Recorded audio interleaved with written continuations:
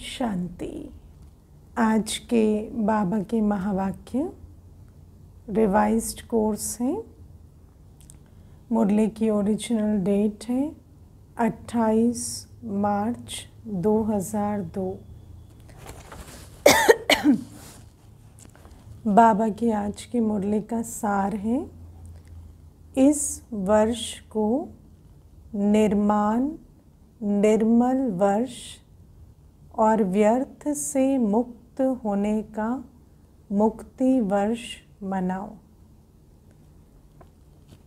बाबा कहते आज बाप दादा अपने चारों ओर के बच्चों के मस्तक में चमकती हुई 3 लकीरें देख रहे हैं। हर एक बच्चे के मस्तक में चमकती हुई 3 लकीरें हैं।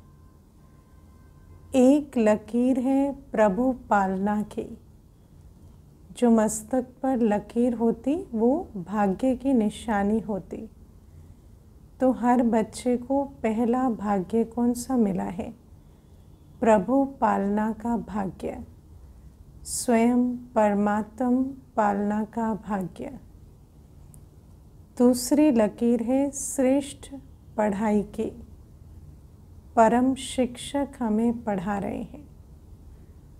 और तीसरी लकीर है श्रेष्ठ मत की। सतगुरु की श्रीमत हर बच्चे को मिल रही है। तीनों ही लकीर चमक रही हैं। सबने अपने अपने भाग्य की लकीरें देखी ना। ये तीनों लकीर सर्व के भाग्य की लकीरें हैं। आप सभी भी अपनी तीनों लकीरें देख रहे हो ना। प्रभु पालना का भाग्य सिवाय आप ब्राह्मण आत्माओं के और किसी को भी प्राप्त नहीं होता है।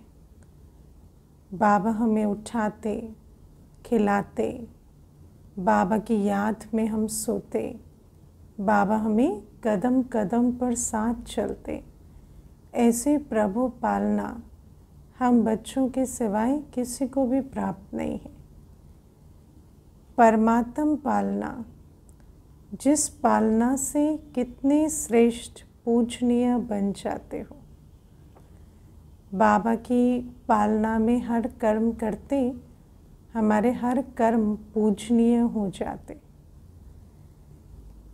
कभी स्वप्न में भी ऐसा सोचा था कि मुझ आत्मा को परमात्मा पढ़ाई का अधिकार प्राप्त होना है ना। सुनते थे भगवान ने अर्जुन को पढ़ाया, लेकिन खुद के लिए कभी सोचते भी नहीं थे, स्वप्न में भी नहीं था कि परमात्मा आकर मुझे पढ़ाएंगे। लेकिन अभी साकार में अनुभव कर रहे हो। इसलिए कहते हैं ना, जो मन चित स्वप्न संकल्प में नहीं था वो हो रहा है। स्वयं सतगुरु अमृत वेले से रात तक हर कर्म की श्रेष्ठ मत दे, कर्म बंधन के परिवर्तन में, कर्म संबंध में आने की श्रीमत देने के निमित्त बनाएंगे। ये भी स्वप्न में नहीं था, है ना। कभी सोचा था कि बाबा हर कर्म के लिए मत देंगे, डायरेक्शन देंगे, और जब उस मत अनुसार हम कर्म करेंगे तो कर्म बंधन से छूट कर्म संबंध का खाता बनने लगेगा। तो बाबा कहते वो भाग्य भी हम बच्चों को प्राप्त हुआ है। लेकिन अभी अनुभव से कहते हो हमारा हर कर्म श्रीमत पर चल रहा है। और श्रीमत पर कर्म किए गए कर्म कैसे होते? श्रेष्ठ। वो कर्म हमें कर्म बंधन में नहीं बांधते। हमारे कर्म बंधन ऐसे कर्मों से चुक्त होते हैं। ऐसा अनुभव है, ऐसा श्रेष्ठ भाग्य हर बच्चों का बाप दादा भी देख देख हर्षित होते हैं। वहाँ मेरे श्रेष्ठ भाग्यवान वहाँ। बच्चे कहते वहाँ बाबा वहाँ। और बाप कहते वाह बच्चे वाह, है ना। बाप भी बच्चों की तकदीर देख वाह वाह कहते, और बाबा तो है ही वाह वाह। आज अमृत वेले से बच्चों के 2 संकल्पों से याद बाप दादा के पास पहुंची, है ना। बच्चों की जो याद थी उसमें 2 संकल्प समाये थे।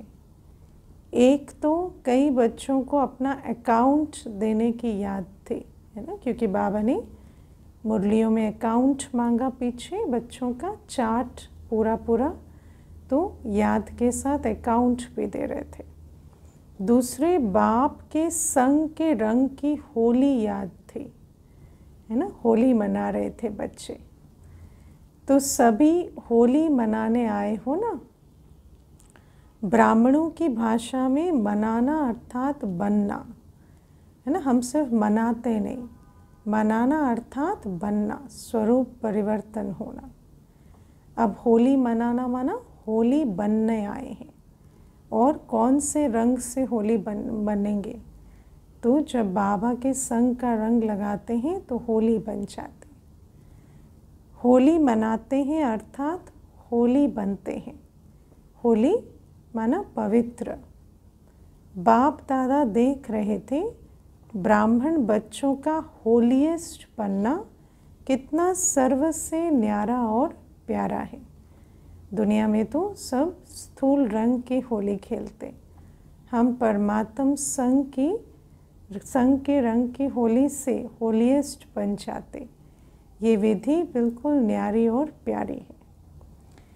वैसे द्वापर के आदि की महान आत्माएं और समय प्रति समय आए हुए धर्म पिताएं भी पवित्र होली बने हैं, है ना। बाबा कहते पवित्रता तो द्वापर से भी जो धर्म पिताएं आए या जो धर्मात्माएं आई वो भी पवित्र रहे हैं। बाबा कहते लेकिन आपकी पवित्रता सबसे श्रेष्ठ भी है और न्यारी भी है।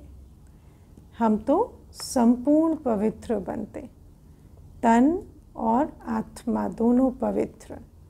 द्वापर से जो भी महान आत्माएं आए, धर्म पिताएं आए, उनके भी तन का जन्म विकारों से हुआ। हम तो निर्विकारी जन्म वाले संपूर्ण पवित्र देव आत्माएं बनते।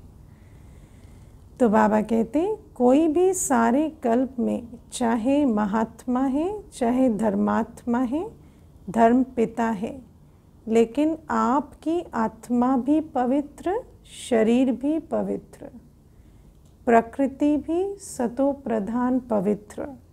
ऐसा होलीएस्ट कोई ना बना है ना बन सकता है।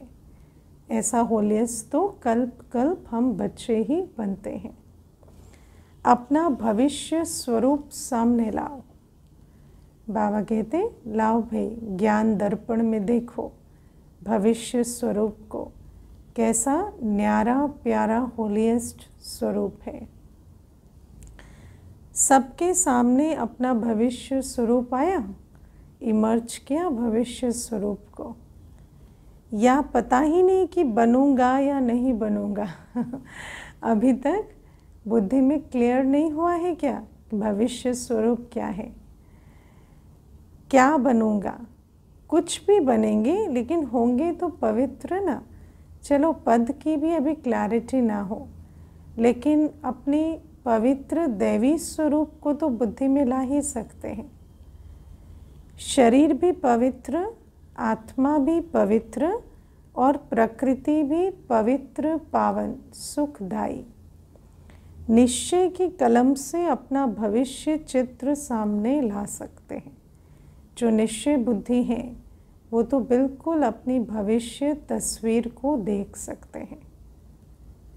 निश्चय है ना, टीचर्स को निश्चय है, बाबा पूछते। अच्छा, 1 सेकंड में अपना भविष्य चित्र सामने ला सकते हो। चलो कृष्ण नहीं बनेंगे लेकिन साथ ही तो बनेंगे ना कितना प्यारा लगता है, कितना सुंदर हमारा भविष्य स्वरूप है, कैसा पवित्र स्वरूप। आर्टिस्ट बनना आता है या नहीं आता है, अपने स्वरूप का चित्र खींच सके, ऐसा आर्टिस्ट तो बनना चाहिए ना। अब सोचो, हम 16 कला संपूर्ण होंगे तो वो संस्कार तो अभी से दिखाई देने चाहिए, तो आर्टिस्ट के संस्कार तो होंगे ना।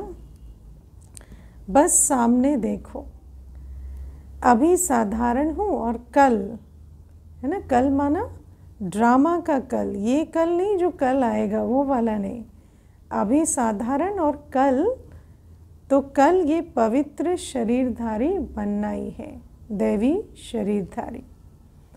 पांडव क्या समझते हो, पक्का है ना, शक तो नहीं है पता नहीं बनेंगे या नहीं बनेंगे, ऐसा संशय तो नहीं लेते, पता है ना, हम नहीं बनेंगे तो कौन बनेगा, ऐसा निश्चय है ना, मैं नहीं बनूंगा तो कौन बनेगा। शक है नहीं है ना, पक्का है। जब राजयोगी हैं तो राज्य अधिकारी बनना ही है। जो मेडिकल स्कूल में पढ़ते हैं उनको शक होता है कि हम डॉक्टर बनेंगे या नहीं बनेंगे, जब पढ़ रहे हैं तो बनना ही है ना। बाप दादा कई बार याद दिलाते हैं कि बाप आपके लिए सौगात लाए हैं, तो सौगात क्या लाए हैं, है ना, ये तो हमारी गिफ्ट है और बाप की गिफ्ट है। बस आज्ञाकारी बनने से हम विश्व का मालिक बन जाते।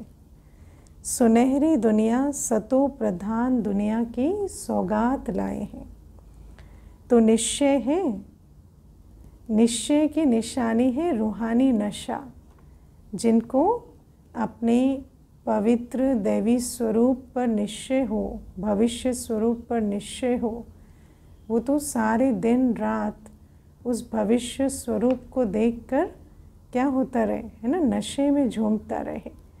जैसे ब्रह्मा बाबा को कितना नशा था कि मैं श्री कृष्ण बनूंगा, क्यों था, क्योंकि इतना निश्चय था, बिल्कुल क्लियर था बुद्धि में, आज ये हूँ कल ये बनने वाला हूँ, तो कितना नशा रहता था।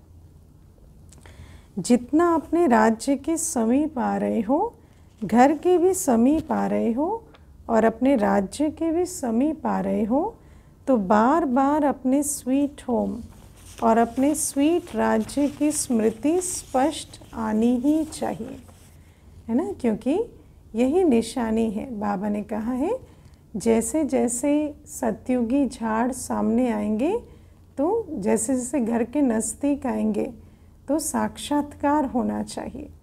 तो बाबा कहते हैं अब जैसे जैसे समय नज़दीक आ रहा है, हमें भी अपना भविष्य स्वरूप स्पष्ट दिखाई देना चाहिए। ये समीप आने की निशानी है, इसको अंडरलाइन करना।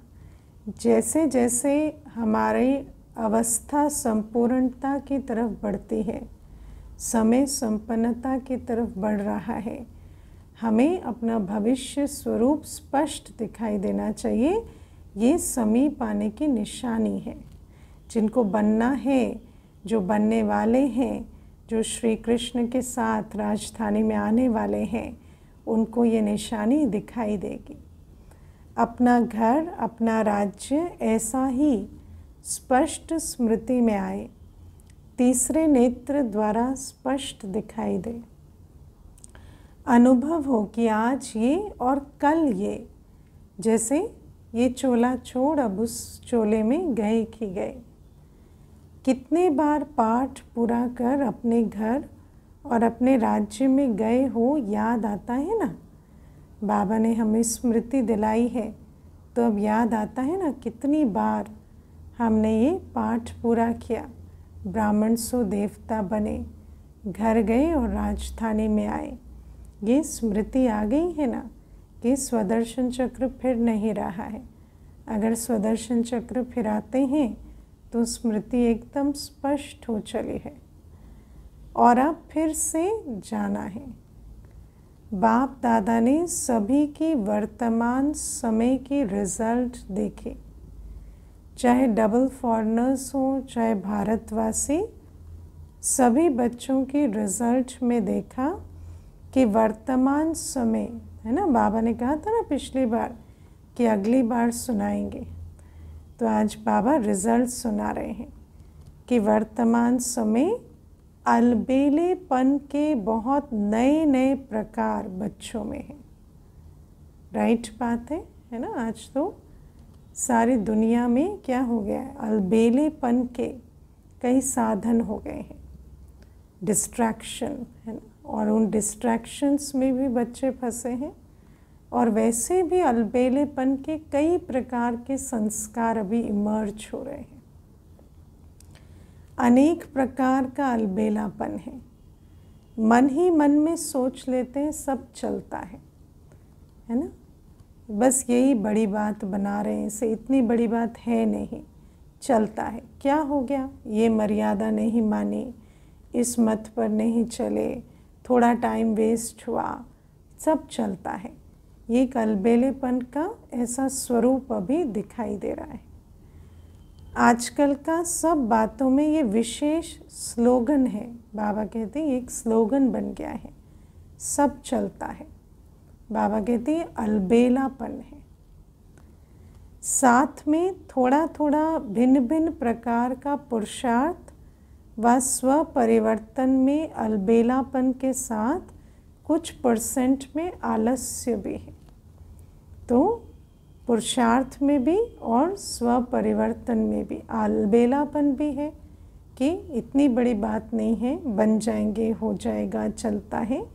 और आलस्य भी है, हो जाएगा, कर ही लेंगे। बाप दादा ने नए नए प्रकार की अलबेलेपन की बातें देखी हैं। इसलिए अपना सच्ची दिल से अलबेले रूप से नहीं, अकाउंट ज़रूर रखो। क्योंकि अगर हमारा हर सेकंड, हर श्वास सफल नहीं हो रहा है, हमारा हर संकल्प श्रेष्ठ नहीं, तो ज़रूर है कि अलबेलापन है। तो बाबा कहते हैं अपना अकाउंट रखो। कोई दूसरा कहता है तो माने या ना माने, लेकिन अपने आप से तो पूछें कि हमारे सारे दिन में, हमारे इतने 24 घंटे में, इतने संकल्पों के खजाने में, इतनी श्वास की शक्ति से हमने क्या स्व परिवर्तन किया, क्या सेवा की सारे दिन में, उसका अकाउंट रखें। तब मालूम पड़ेगा कितना अलबेलापन है। और ये भी चेक करना है कि लक्ष्य रखते हैं जिस स्व परिवर्तन का, वो उस गति से हो रहा है जैसा लक्ष्य रखा है, या आज कल करते ही वो जैसे टलता ही जा रहा है। तो ये जो अलबेलापन है, इसको चेक करने के लिए अपना अकाउंट खुद रखना पड़े। तो बाप दादा आज रिजल्ट सुना रहे हैं ना, संकल्प, बोल, कर्म, सबका अकाउंट चेक करना है कि सचमुच बाबा के डायरेक्शन प्रमाण सब हो रहा है, और नहीं तो कहाँ भूल हो रही है। ज़रूर है, आलस्य है, अलबेलापन है। सुनाए ना, रिजल्ट बाबा सुना रहे कि सिर्फ कि नहीं, सिर्फ प्यार करें। हाँ, बाबा कहते बच्चे रिजल्ट भी सुनना चाहते हैं या बस बाबा प्यार ही करता रहे। ये भी प्यार है, इसको अंडरलाइन करना। बाबा कहते हैं ये भी प्यार है कि बाबा हमें रिजल्ट सुनाकर अटेंशन दिलवा रहे हैं, सावधान कर रहे हैं। हर एक से बाप दादा का इतना प्यार है कि सभी बच्चे ब्रह्मा बाप के साथ साथ अपने घर में चले, है ना। तो बाबा का इतना प्यार है कि बाबा चाहते हर बच्चा बाप समान बनकर साथ जाए। ऐसा नहीं कि कोई बच्चा पीछे छूटे, पीछे पीछे नहीं आवे, साथी बन के चले। तो साथी बनने के लिए समान तो बनेंगे ना, और समान बनने के लिए बाबा सावधान कर रहे हैं कि अलबेलापन है, आलस्य है, तो साथ कैसे जाएंगे। तो उस प्यार के कारण ही बाबा डायरेक्शन दे रहे हैं। तो समान तो बनना पड़े ना, बिना समानता के साथी बन के नहीं चल सकेंगे। और फिर अपने राज्य का पहला जन्म तो पहला ही होगा ना, है ना। पहला जन्म, सतयुग आदि में आना और बाद में आना, कितना अंतर पड़ जाता है। तो पहले जन्म में बाबा चाहते मेरा हर बच्चा साथ में आए। अगर दूसरे तीसरे जन्म में भी आ गए अच्छा राजा भी बन गए, लेकिन कहेंगे तो दूसरा तीसरा ना, सेकंड थर्ड अच्छा लगता है सुनने में कि फर्स्ट अच्छा लगता है। साथ चले और ब्रह्मा बाप के साथ पहले जन्म के अधिकारी बने। ये है नंबर 1 पास विद ऑनर वाले, है ना। तो बाबा का इतना प्यार है बच्चे से कि बाबा चाहते हैं कि हर बच्चा पास विद ऑनर बने, नंबर 1 में आए। तो पास विद ऑनर बनना है या पास मार्क्स वाले भी ठीक हैं। कभी भी ये नहीं सोचना कि हम जो कर रहे हैं, जो हो रहा है, वो बाप दादा नहीं देखते हैं।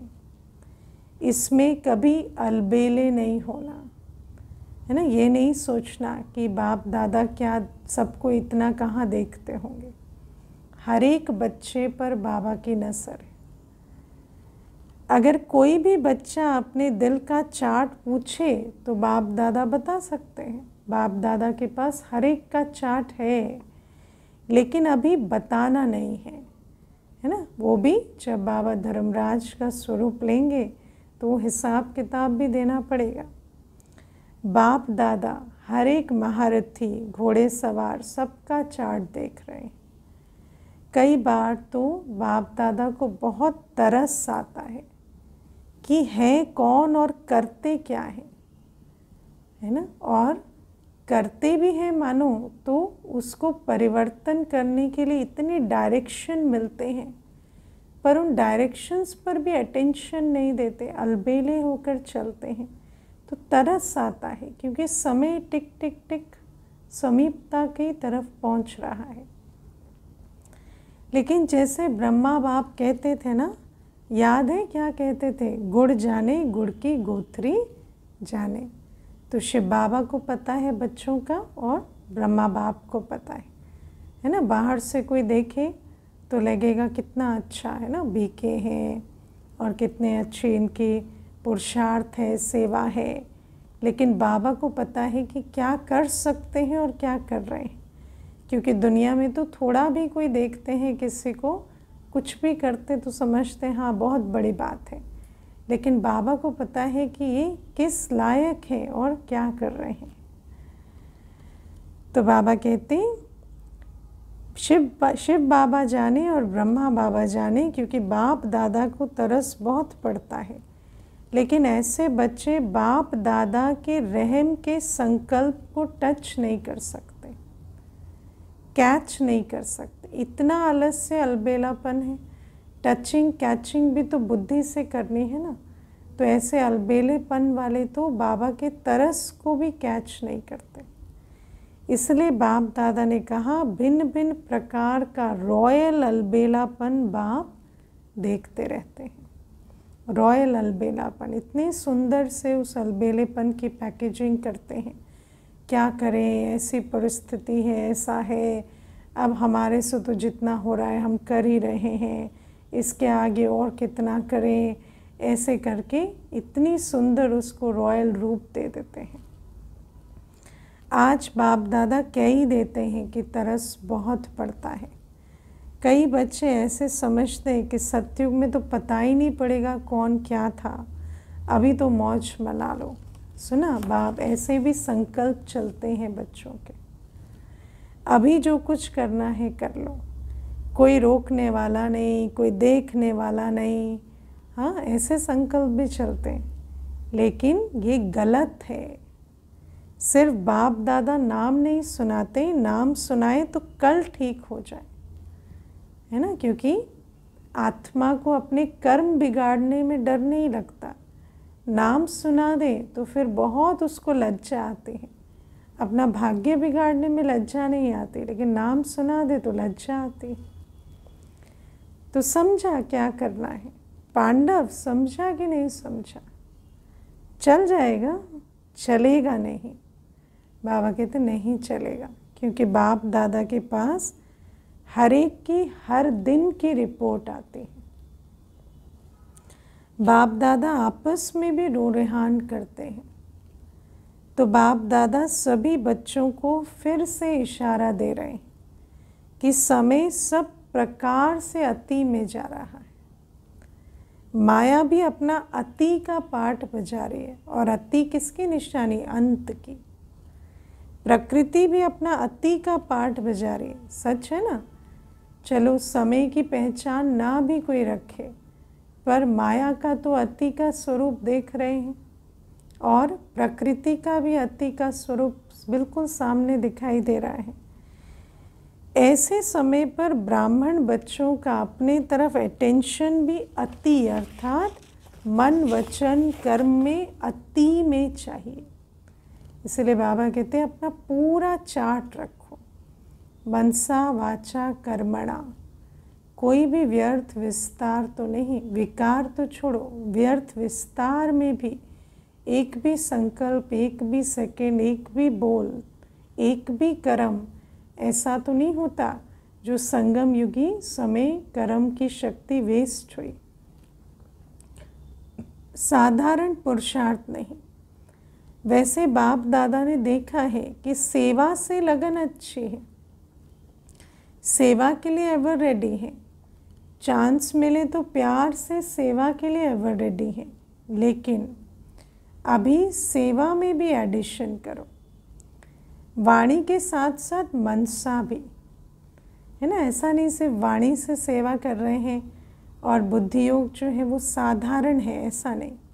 मनसा भी श्रेष्ठ कब होगी, शक्तिशाली कब होगी? जब बाबा की याद में वाणी की सेवा करेंगे। अपनी आत्मा को विशेष कोई ना कोई प्राप्ति के स्वरूप में स्थित कर वाणी से सेवा करो ना। बाबा ही सर्व प्राप्तियों का सागर है, तो बाबा की याद में स्थित हो, प्राप्ति से संपन्न अवस्था में फिर वाणी से सेवा करो, तो उस वाणी का तीर लगेगा, क्योंकि आत्मा को वाइब्रेशन भी सर्व प्राप्ति संपन्न की पहुँचेगी। तो उसको ऐसा लगेगा कि वाणी से तो सुना, पर साथ में कोई गुण शक्ति की भी जैसे उसको गिफ्ट मिलती जा रही है, झोली भर रही है। मानो भाषण कर रहे हो, तो वाणी से तो भाषण अच्छा करते ही हो, लेकिन उस समय अपने आत्मिक स्थिति में विशेष, चाहे शक्ति की, चाहे शांति की, चाहे परमात्म प्यार की, कोई ना कोई विशेष अनुभूति की स्थिति में स्थित कर मनसा द्वारा आत्मिक स्थिति का प्रभाव वायुमंडल में फैलाओ। तो एक तरफ वाणी से बाबा का परिचय दे रहे, और साथ साथ आत्मा की बुद्धि रूपी झोली किसी शक्ति से, प्यार से, शांति से भी भरते जा रहे हैं, वायुमंडल को भी सींचते जा रहे हैं उस भरपूरता की अवस्था से। और वाणी के साथ साथ संदेश दो, वाणी द्वारा संदेश दो, आत्मा मनसा आत्मिक स्थिति द्वारा अनुभूति कराओ। भाषण के समय आपके बोल आपके मस्तक से, नैनों से, सूरत से उस अनुभूति की सीरत दिखाई दे। बाबा ने इतनी अनुभूति हमें दी, इतनी झोली भरी, वो हमारे मस्तक से, नैनों से, सूरत से, सीरत से दिखाई दे और मुख से वाणी सुनाई दे कि आज भाषण तो सुना, लेकिन परमात्म प्यार की बहुत अच्छी अनुभूति हो रही है।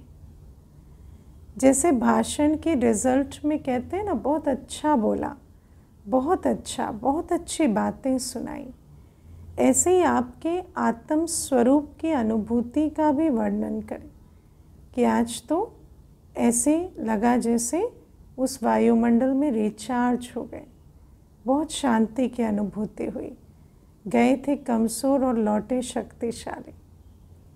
मनुष्य आत्माओं को वाइब्रेशन पहुँचे, वायुमंडल बने।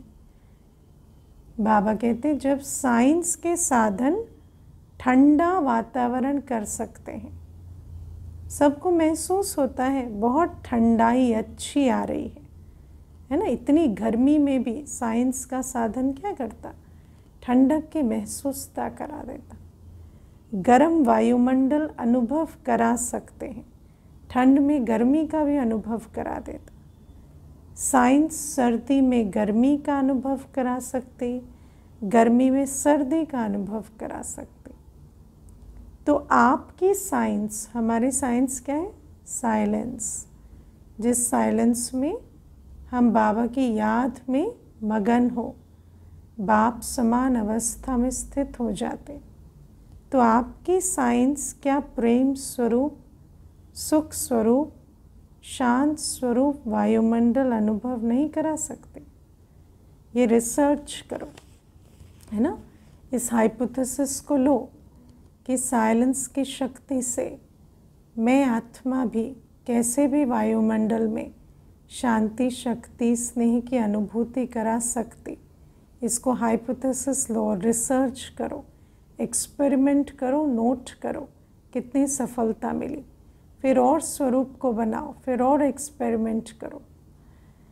सिर्फ अच्छा अच्छा किया लेकिन अच्छे बन जाएं, सिर्फ अच्छे कर्म ना करें, अच्छे बन भी जाएं, पूरे संस्कार परिवर्तन हो जाए, तब समाप्ति के समय को समाप्त कर अपना राज्य लाएंगे। क्यों? आपको अपना राज्य याद नहीं आता? बाबा फिर आ गए पहले प्रश्न पर। भविष्य स्वरूप दिखाई देता है, राज्य दिखाई देता है। संगम युग श्रेष्ठ है, वो ठीक है, हीरे तुल्य है। श्रेष्ठ क्यों? सर्वश्रेष्ठ है। लेकिन हे रहमदिल विश्व कल्याणी बच्चे, अपने दुखी अशांत भाई बहनों पर रहम नहीं आता। आप तो संगम युग में हैं, लेकिन जो त्राही त्राही कर रहे हैं कलयुग में, उन पर रहम नहीं आता। उनको ठिकाना नहीं दिलाना क्या? उमंग नहीं आता? दुखमय संसार को सुखमय बना दें, ये उमंग नहीं आता। दुख देखना चाहते, दूसरों का दुख देखकर भी रहम नहीं आता। हाँ, इतना दुख जो चारों तरफ देख रहे हैं, क्या उनको देखकर रहम नहीं आता? वो जो मुक्ति मांग रहे हैं, क्या उनकी आवाज़ सुनाई नहीं देती? आपके भाई हैं, आपकी बहनें हैं, तो दुख देखना अच्छा लगता है?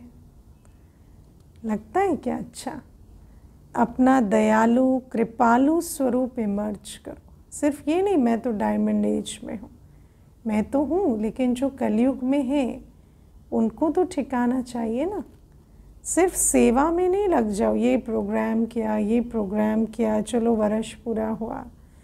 अभी मर्सीफुल बनो, अपनी संपन्नता की स्थिति में स्थित हो, समय को संपन्न करो। चाहे दृष्टि से, चाहे अनुभूति से, चाहे आत्मिक स्थिति के प्रभाव से मर्सीफुल बनो। हर एक की झोली भरो, हर एक आत्मा को परमात्म स्नेह की प्राप्ति की अनुभूति कराओ, रहमदिल बनो। अच्छा, बाप दादा ने एक बात और भी देखी है, सुनाना अच्छा नहीं लगता? कभी कभी कोई कोई बच्चे अच्छे अच्छे भी दूसरों की बातों में बहुत पड़ते हैं। दूसरों की बातें देखना, दूसरों की बातें वर्णन करना, और देखते भी व्यर्थ बातें, किसी का गुण भी नहीं, व्यर्थ बातें दूसरों की देखते रहेंगे, वर्णन करते रहेंगे। ये तो सारी दुनिया कर ही रही, हमें भी यही चलन चलने हैं क्या? दूसरों को देखना, दूसरे की व्यर्थ बातें वर्णन करना और अपनी ईगो को बूस्ट करना, ये तो सारी दुनिया कर रही है। बच्चों की तो ये चलन नहीं होने चाहिए। विशेषता एक दो की वर्णन करना वो कम है, हर एक की विशेषता देखना, विशेषता वर्णन करना, उनकी विशेषता द्वारा उनको उमंग उत्साह दिलाना, ये कम है ना। विशेषता नहीं देखते, कमी कमजोरियों को बहुत देखते, बहुत वर्णन करते। लेकिन व्यर्थ बातें, जिन बातों को बाप दादा कहते छोड़ दो, अपनी तो छोड़ने की कोशिश करते हैं, लेकिन दूसरों की देखने की भी आदत है। लेकिन जो देखते हैं वो फिर धारण भी करते जाते हैं, उसमें टाइम बहुत जाता है। और बाप दादा एक विशेष श्रीमत दे रहे हैं, है कॉमन बात, लेकिन टाइम बहुत वेस्ट जाता है। बोल में निर्माण बनो ना, निर्माण बनना, अपने को श्रेष्ठ, दूसरे को कमज़ोर, दूसरे की निंदा, अपनी बड़ाई, ये बातें छोड़ो। बोल में निर्माण बनो। बोल में निर्माणता कम नहीं होनी चाहिए। दूसरे को रिगार्ड देना, बोल में दूसरे के गुणों को देखना, उसको उमंग उत्साह में लाना अपने बोलों के द्वारा, ये हमारा कर्तव्य है। निर्माणता की कमी होती है तो दूसरे को नीचा करना चाहते हैं अपने बोल से। भले साधारण शब्द बोलते हैं, समझते इसमें तो बोलना ही पड़ेगा ना, लेकिन निर्माणता के बजाय अगर कोई अथॉरिटी से निर्माण बोल नहीं बोलते तो थोड़ा कार्य का, सीट का 5% अभिमान दिखाई देता है ना। तो भले किसी की कोई कम अगर ड्यूटी है तो कमी कमज़ोरी भी बताते हैं, लेकिन अभिमान का स्वरूप दिखाई दे माना निर्माणता में कमी है। बाबा कहते कोई भी बात कहते निर्माणता से, है ना, किसी को अपमान करने के भाव से नहीं, सम्मान के साथ बोल होने चाहिए। निर्माणता ब्राह्मण के जीवन का विशेष श्रृंगार है। निर्माणता मन में, वाणी में, बोल में, संबंध संपर्क में, सब में हो। ऐसे नहीं 3 बातों में तो मैं निर्माण हूँ, 1 में कम हूँ तो क्या हुआ, लेकिन वो एक कमी भी पास विद ऑनर नहीं होने देगी, है ना। सोचे कि मेरा बोल ही तो बस निर्माण नहीं है, नहीं, वो एक कमी भी हमें पास विद ऑनर नहीं होने देगी। निर्माणता ही महानता है, झुकना नहीं है, झुकाना है ना। जब हम झुकते हैं, रिगार्ड से बात करते हैं, रिगार्ड देना ही रिगार्ड लेना है। कई बच्चे हंसी में ऐसे कह देते हैं, क्या मुझे ही झुकना है, ये भी तो झुके ना। लेकिन ये झुकना नहीं है, वास्तव में परमात्मा को भी अपने ऊपर झुकाना है। आत्मा की तो बात ही छोड़ो, निर्माणता निरहंकारी स्वतः ही बना देती है। निरहंकारी बनने का पुरुषार्थ करना नहीं पड़ता है। अगर ये अटेंशन दें, देखो निरहंकारी बनना माना मुझे अहंकार नहीं रखना, लेकिन निर्माण बनना माना मुझे हर एक को मान देना है। मान देते देते अपना अभिमान खुद ही खत्म हो जाता। तो बाबा कहते निर्माणता हर एक के मन में आपके लिए प्यार का स्थान बना देते, और प्यार में तो परिवर्तन बहुत सहज हो जाता। निर्माणता हर एक के मन से आपके प्रति दुआएं निकालेंगी, बहुत दुआएं मिलेंगी। दुआएं पुरुषार्थ में लिफ्ट से भी रॉकेट बन जाएंगी। बाबा कहते लिफ्ट ही नहीं, दुआओं की लिफ्ट कहते हैं ना, रॉकेट बन जाएंगी। ऐसी अच्छी हमारी अवस्था को उड़ती कला में ही दुआएं ले जाएंगी। निर्माणता ऐसी चीज़ है, कैसा भी कोई होगा, चाहे बिजी हो, चाहे कठोर दिल वाला हो, चाहे क्रोधी हो, लेकिन निर्माणता आपको सर्व द्वारा सहयोग दिलाने के निमित्त बन जाएंगे। नोट किया निर्माणता से क्या क्या होता, दिल में प्यार इमर्ज होता, निर्माणता से निरहंकारी बन जाते, रॉकेट जैसी दुआओं का बल मिलता, और निर्माणता से बाबा कहते हर एक का सहयोग भी प्राप्त हो जाता। निर्माण हर एक के संस्कार से स्वयं को चला सकता है। कैसे भी संस्कार वाला हो, उसके साथ कोई उसको प्रॉब्लम नहीं होती। रियल गोल्ड होने के कारण स्वयं को मोल्ड करने की विशेषता होती है। तो बाप दादा ने देखा है कि बोल चाल में भी, संबंध संपर्क में भी, सेवा में भी एक तो के साथ निर्माण स्वभाव विजय प्राप्त करा देता है। इसलिए इस वर्ष में विशेष बाप दादा इस वर्ष को निर्माण निर्मल वर्ष का नाम दे रहे हैं। वर्ष मनाएंगे ना, वर्ष मनाना माना बनना, बाप दादा हर बच्चे को इस वर्ष में व्यर्थ से मुक्त देखना चाहते हैं।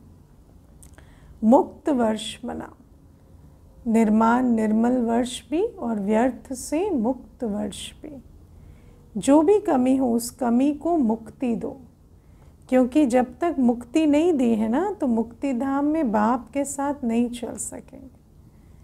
व्यर्थ में जाते हैं माना ज़रूर अपने अंदर कोई ऐसा संस्कार है जो व्यर्थ की तरफ हमें आकर्षण करता है, तो संस्कार से हमें स्वयं को मुक्त करना है, तभी मुक्ति धाम जाएंगे। तो मुक्ति देंगे, मुक्ति वर्ष मनाएंगे।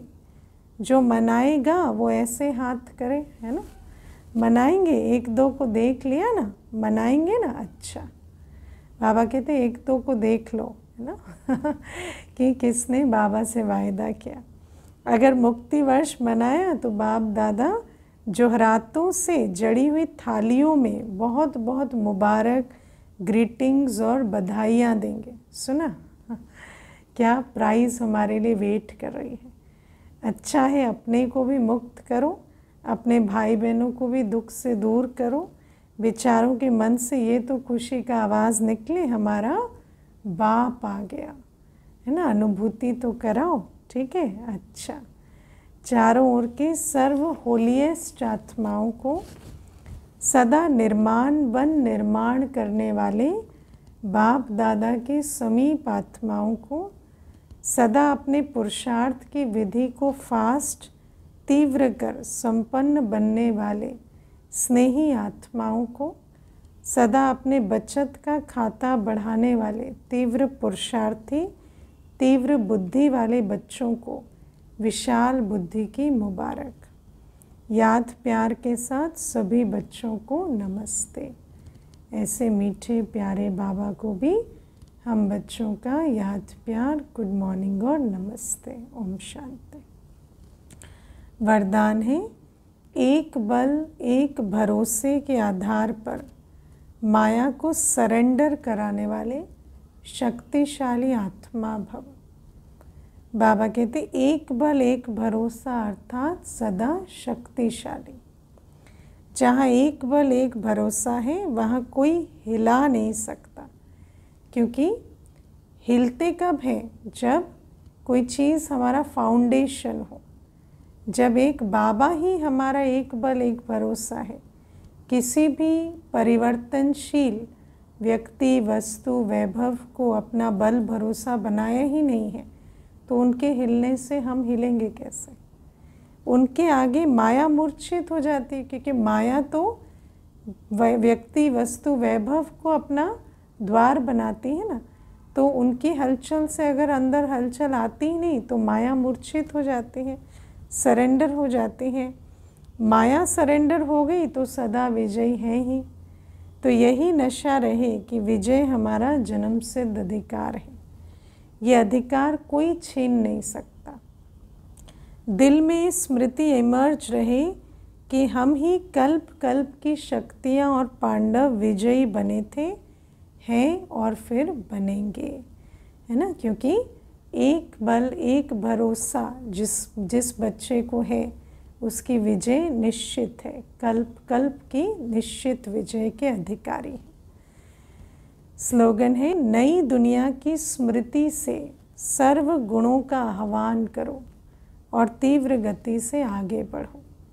पहले अपनी नई दुनिया के नए स्वरूप को याद करो, सर्व गुण संपन्न स्वरूप को इमर्ज करो, और फिर वो जो गुण हैं वो अपने अंदर धारण करते ऐसा आगे बढ़ो कि मंजिल की तरफ तीव्रता से पहुंच जाओ।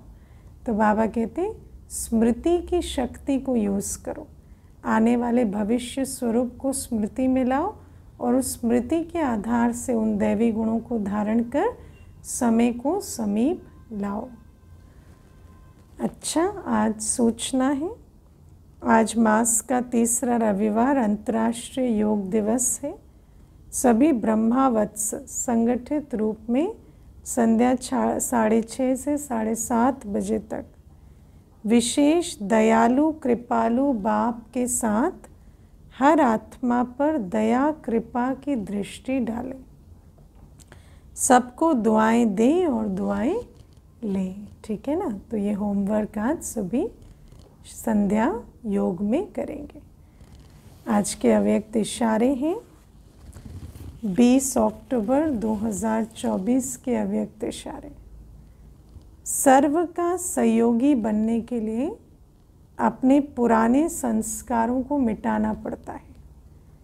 जब अपने संस्कार मिटाएंगे तो दूसरे आपको स्वयं ही फॉलो करेंगे, है ना। क्योंकि अपने संस्कार जो हैं वो दीवार बन जाते हैं दूसरे के और हमारे बीच, और फिर ना हम सहयोग दे पाते ना ले पाते।